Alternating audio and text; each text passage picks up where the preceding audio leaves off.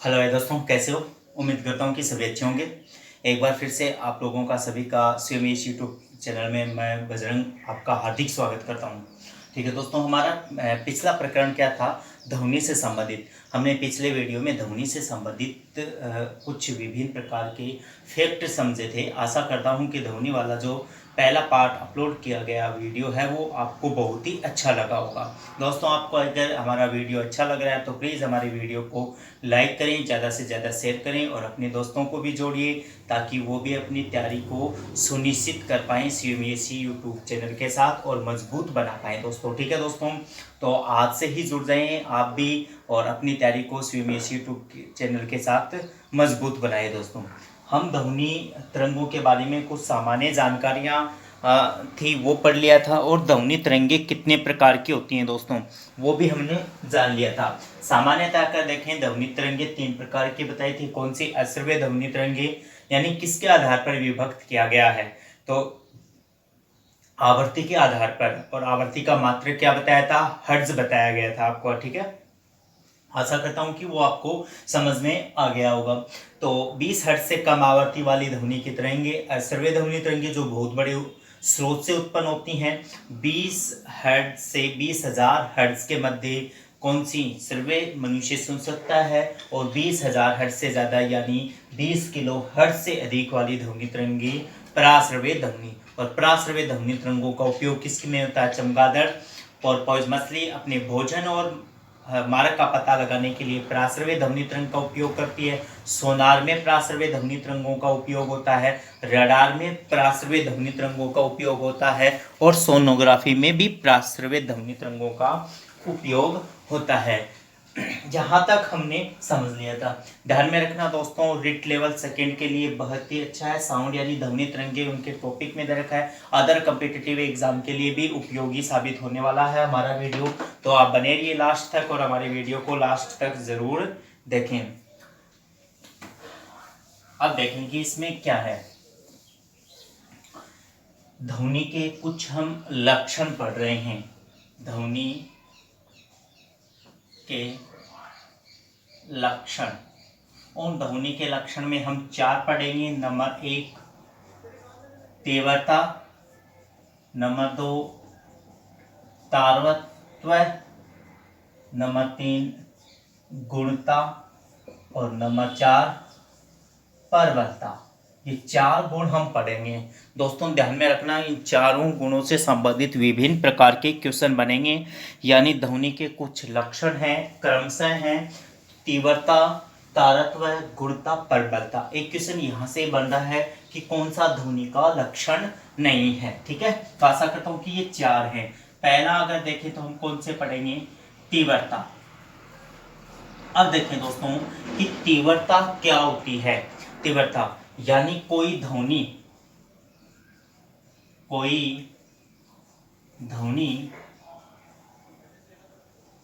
का मंद या तेज सुनाई देना, यानी कोई ध्वनि कितनी मंद या तेज सुनाई देती है वो किस पर निर्भर होता है? वो तेज सुनाई देना वो तीव्रता पर है। यानी कोई ध्वनि कितनी मंद सुनाई यानी धीमी गति से, और कोई ध्वनि कितनी तेज यानी तीव्र गति से सुनाई देती है वो किस पर निर्भर होता है? तीव्रता पर निर्भर रहता है। क्वेश्चन आपसे ये पूछ ले कि किसी ध्वनि का मंद या तेज सुनाई देना ध्वनि के किस लक्षण पर निर्भर है, तो उसमें आप क्या बताएंगे? ध्वनि के किस लक्षण पर निर्भर है? तो तीव्रता पर निर्भर है। ठीक है, आशा करता हूं कि ये लाइन आप समझ गए होंगे दोस्तों। दूसरा देखें कि तीव्रता किस पर निर्भर होती है, तो तीव्रता समानुपाती आयाम। ठीक है दोस्तों, कि आपसे ये पूछ ले कि तीव्रता किस पर किसके समानुपाती होती है, तो तीव्रता समानुपाती क्या होती है दोस्तों? तीव्रता समानुपाती होती है आयाम के। अब ये देखें कि तीव्रता तो हमने है, लेकिन आयाम क्या होता है? ठीक है, कोई भी तरंग जो होती है वो तरंग ग्रत और श्रृंग में चलती है। ठीक है, तो उसके अगर यहाँ देखें तो उसके एक ग्रत या श्रृंग के अधिकतम जो दूरी होती है वो दूरी एम्प्लॉयमेंट या क्या कहलाती है? आयाम कहलाता है। और आयाम का मात्रक अगर आपसे पूछे तो आयाम का मात्रक क्या होता है दोस्तों, मीटर। ये साथ भी ये फैक्ट ध्यान में रखेंगे। तो तीव्रता समानुपाती क्या है, आयाम, अर्थात इसका अर्थ क्या है, यदि आयाम बढ़ेगा तो तीव्रता भी क्या होगी, बढ़ेगी। ये भी ध्यान में रखना, यानी जितना अधिक आयाम होगा उतनी ही ध्वनि तीव्र सुनाई देगी। तो जैसे जैसे आयाम बढ़ेगा वैसे वैसे ध्वनि की तीव्रता भी क्या हो जाएगी, बढ़ जाएगी। क्वेश्चन क्या पूछ सकता है कि किसी तरंग का आयाम बढ़ रहा है तो उस ध्वनि तरंग की तीव्रता होगी, घटेगी, बढ़ेगी, दुगुनी होगी, आदि होगी। इस प्रकार से इस फैक्ट से क्वेश्चन पूछा जा सकता है। तो क्या ध्यान में रखेंगे, आयाम बढ़ेगा तो तीव्रता बढ़ती है। ठीक है, ये अब देखें कि किसी भी ध्वनि तरंग की तीव्रता का मापन, यानी ध्वनि तरंग की तीव्रता का मापन किस में करते हैं, डीबी, डेसिबल में, है ना। डेसिबल ध्वनि तरंग की तीव्रता मापने की इकाई।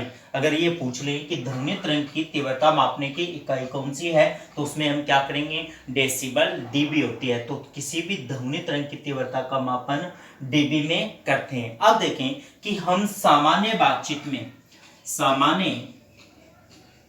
सामान्य बातचीत में कितनी डीबी की ध्वनि उपयुक्त लेते हैं। ध्यान में रखेंगे 60 डीबी की ध्वनि की सामान्य बातचीत में उपयुक्त ध्वनि कितनी होती है, 60 डीबी, 60 सामान्य बातचीत में। क्वेश्चन आ जाए सामान्य बातचीत में, लेकिन यूएनओ के अकॉर्डिंग ये कितनी होती है दोस्तों, 45 डीबी होती है। अगर आपसे अलग से क्वेश्चन में शर्त डाल दे कि यूएनओ के अकॉर्डिंग सामान्य बातचीत में प्रयुक्त की गई ध्वनि कितनी होती है, तो कितनी, 45 डीबी होती है।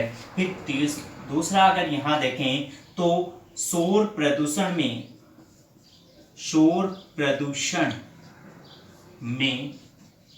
80 डीबी से अधिक ध्वनि को शामिल किया गया है। अगर ये पूछ ले कि शोर प्रदूषण में कितनी डीबी से अधिक होती है, तो 80 डीबी से अधिक ध्वनि को शामिल किया गया है। ठीक है, 120 डीबी से 130 डीबी की ध्वनि मनुष्य के लिए क्या होती है दोस्तों, घातक होती है। यानी मनुष्य में तनन क्षमता, सुनने की क्षमता कम हो सकती है। कि कितने डीबी की ध्वनि, 120 डीबी से 130 डीबी की ध्वनि घातक होती है। और ध्वनि तरंगों की तीव्रता मापने वाला यंत्र, ध्वनि तरंग की तीव्रता मापने वाला यंत्र कौन सा होता है, लार्म बैरोमीटर।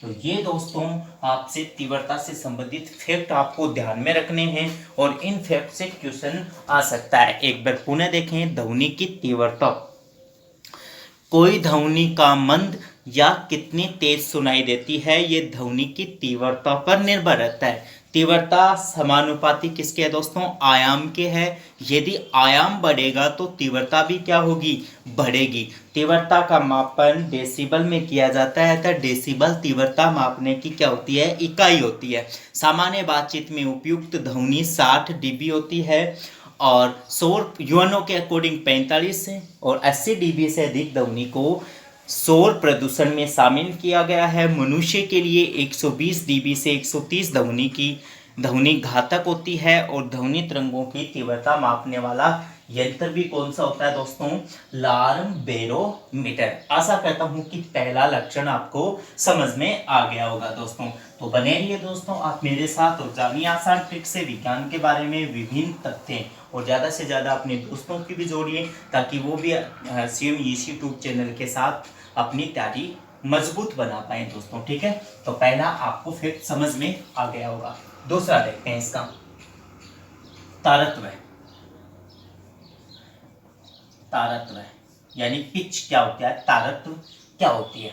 देखें, कोई ध्वनि कितनी महीन या मधुर या स्पष्ट तथा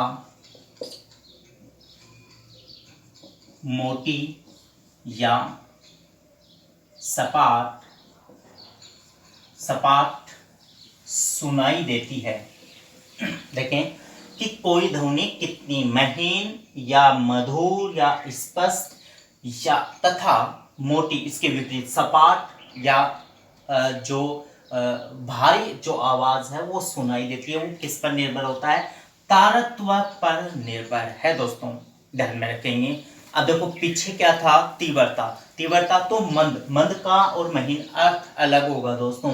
मंद अलग चीज होती है, यानी धीमी गति से, तीव्र यानी जो तेज गति से। यहाँ पर मोटी या सपाट है कि कोई ध्वनि कितनी सुरीली होती है, कितनी अच्छी लगती है हमें, और कोई ध्वनि कितनी मोटी होती है, कितनी सपाट होती है, इससे संबंधित है दोस्तों। ठीक है, तो ये आप अंतर कर पाएंगे, आशा करता हूँ इसके बारे में, और समझ भी गए होंगे दोस्तों। ठीक है, तो अब देखें कि ये तो ठीक है, आयाम के समानुपाती थी तीव्रता, तो फिर ये भी तो तारत्व समानुपाती होगा किसके? तो तारत्व समानुपाती होता है आवर्ती के।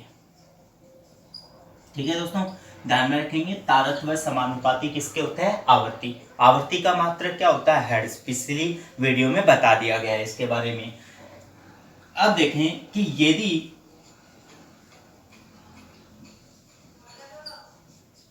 किसी ध्वनि तरंग की आवर्ती बढ़ेगी तो उसमें तारत्व भी क्या होगा दोस्तों? बढ़ेगा। उसी टाइप से क्वेश्चन है कि कोई ध्वनि तरंग की आवर्ती बढ़ रही है तो उस ध्वनि तरंग में तारत्व पर क्या प्रभाव पड़ेगा?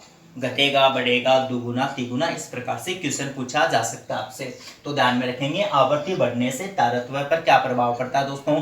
तारत्व बढ़ता है। फिर अगर यहाँ देखें कि पिच तारत्व से संबंधित, अब देखें कि तारत्व का अर्थ योग है कि कोई ध्वनि स्पष्ट और मोटी सुनाई देती है। तो यहाँ से अगर यहाँ देखें, देखो कि ये तो आपके जंतु हैं और ये आपका, यहाँ पर मैं तारत्व बता देता हूँ कि किस किस में ज्यादा होता है। सबसे पहले अगर देखें तो एक पुरुष में तारत्व की कमी होती है। शिशु में तारत्व अधिक होता है। महिला में तारत्व भी क्या होता है दोस्तों?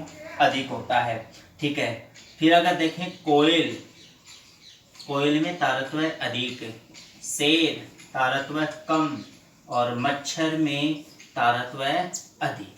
ठीक है, यहाँ से क्वेश्चन किस प्रकार से पूछा जा सकता है दोस्तों? क्वेश्चन इस प्रकार से कि किसी बच्चे या महिला की आवाज एक पुरुष की अपेक्षाकृत अच्छी या मधुर लगती है, क्यों?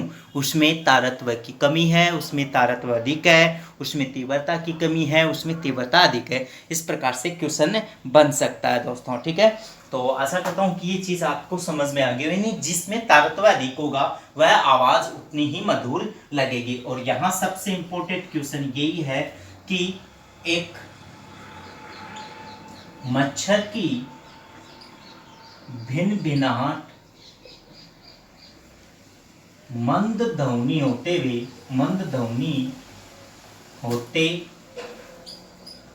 भी स्पष्ट सुनाई देती है,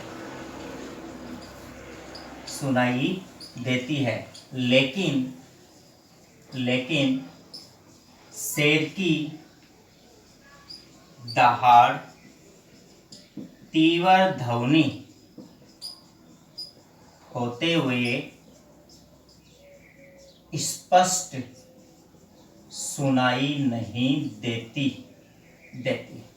इस प्रकार से क्वेश्चन, एक मच्छर की भिनभिनाहट मंद ध्वनि होते हुए स्पष्ट सुनाई देती है, लेकिन एक शेर की दहाड़ तीव्र ध्वनि होते हुए स्पष्ट सुनाई नहीं देती, क्यों? तो उसमें पहला आपसे ऑप्शन दे सकता है कि मच्छर की भिनभिनाहट में तारत्व कम है, शेर की दहाड़ में तारत्व अधिक है। ठीक है, दूसरा ऑप्शन दे सकता है मच्छर की भिनभिनाहट में तारत्व अधिक, शेर की दहाड़ में भी तारत्व अधिक। तीसरा ऑप्शन दे सकता है मच्छर की भिनभिनाहट में तारत्व की कमी, शेर की दहाड़ में तारत्व अधिक। और चौथा ऑप्शन ये भी दे सकता है कि मच्छर की भिनभिनाहट में तारत्व अधिक, तथा तथा शेर की दहाड़ में शेर की दहाड़ में तारत्व की कमी। ये इस प्रकार से, तो आपका आंसर यही हो जाएगा। ठीक है दोस्तों, इस प्रकार से आपके तारत्व वाले क्वेश्चन में बन सकते हैं, या क्वेश्चन इससे पूछ सकते हैं या समझ सकते हैं आप। और तारत्व का क्वेश्चन ये वेरी इंपॉर्टेंट है, बहुत बार आ भी चुका है, आगामी एग्जाम के लिए भी आ सकता है दोस्तों। तो आप इस चीज के लिए ध्यान रखेंगे इसमें। तो तारत्व और तीव्रता हमारे दो गुण होंगे। आशा करता हूं कि ये आपको समझ में आ गया होगा दोस्तों। ठीक है दोस्तों, अब देखें कि तीसरा जो गुण होता है,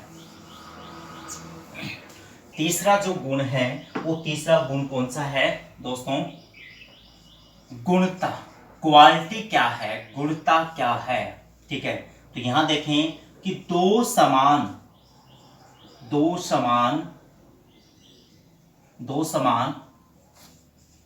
तीव्रता व तारत्व की ध्वनि में अंतर प्रतीत करना। दो समान तीव्रता व तारत्व की ध्वनियों में अंतर प्रतीत करना, ये क्या कहलाता? गुणता या क्वालिटी कहलाती है। क्वेश्चन पहले इस लाइन से पूछा जा सकता है। अब अगर देखें तो जैसे हम अपने परिचितों को बगैर देखे पहचान लेते हैं, ध्वनि के किस लक्षण के आधार पर? गुणता के आधार पर। दोस्तों आपने अगर देखें तो हम फोन पर हमारे दोस्तों से जिनसे भी मिले हुए हैं, वो कई दिनों बाद अगर फोन करता है तो हम उसकी आवाज़ जानी पहचानी से लगते हैं और बाद में हम पहचान भी लेते हैं। ठीक है, कि आप वो बोल रहे हैं, तो यानी हमने अंतर प्रतीत किया है। दो समान तारत्व और तीव्रता की ध्वनि में हमने अंतर प्रतीत कर लिया, वो हमारा लक्षण कौन सा है दोस्तों? गुणता। ठीक है, विभिन्न गायक गुणता के आधार पर पहचाने जाते हैं, गुणता के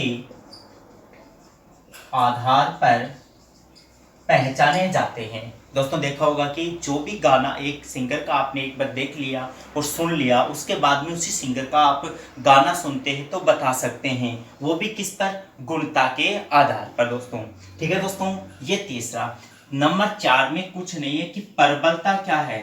तो प्रबलता कोई ध्वनि कितनी प्रभावी होगी, ये प्रबलता पर निर्भर है दोस्तों। और प्रबलता का मापन नहीं किया जा सकता। ध्यान में रखना, किया जा सकता, पूछ सकते हैं कि किस ध्वनि के लक्षण का मापन नहीं किया जा सकता। तो दोस्तों ये थी हमारी संबंधित, एक बार आज इस चीज़ का स्क्रीनशॉट ले सकते हैं दोस्तों। ये था हमारा ध्वनि से संबंधित कुछ ध्वनि के लक्षण थे 4, तीव्रता, तारवता व गुणता और प्रबलता। तो हमने ये चीज़ हमने इस वीडियो में जानी है दोस्तों। आशा करता हूँ कि यहाँ तक फैक्ट आपको समझ में आ गए होंगे। हमारा वीडियो आपको अच्छा लगे तो दोस्तों प्लीज़ लाइक करें, ज़्यादा से ज़्यादा शेयर करें, ताकि तैयारी करने वाले विद्यार्थियों तक ये चीज़ पहुँच सके और वो भी जुड़े CMAC यूट्यूब चैनल के साथ और अपनी तैयारी मजबूत बना पाएँ दोस्तों लग जाइए तैयारी में और बनाइए अपनी तैयारी को मजबूत और सुनिश्चित सिलेक्शन पाइए दोस्तों। ठीक है, तो आज के लिए इतना ही, मिलते हैं अगले वीडियो में, तब तक के लिए गुड बाय। आपका दिन शुभ में हो। जय हिंद, जय भारत।